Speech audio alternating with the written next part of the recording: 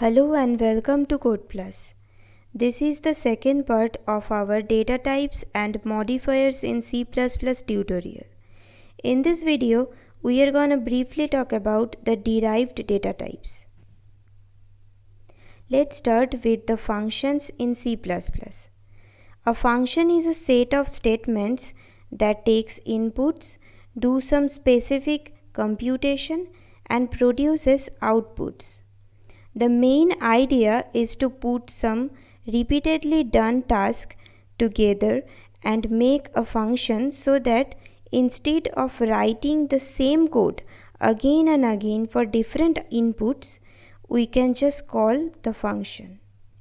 To declare a function, at first we write the data type of the return value, then the name of the function, and then the data type of every argument within the parenthesis.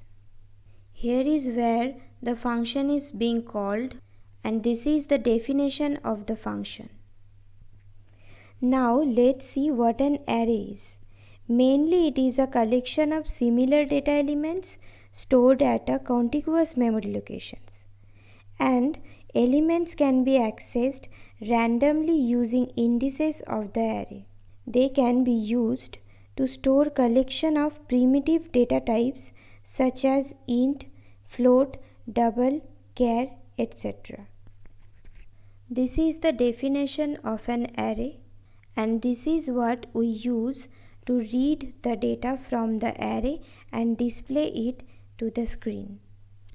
Pointers are symbolic representation of addresses. It is a variable which stores the address of another variable. The variable can be any primitive data types.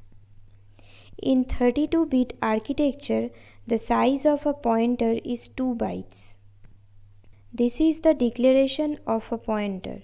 We use asterisk after the data type.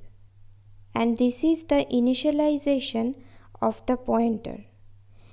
Ampersand is used before a variable to get the address of it. So this is all for today's session. For more benefits and to get updated, subscribe to our channel. Like this video, share with your friends and comment down your queries. Keep learning and keep coding. See you in the next video.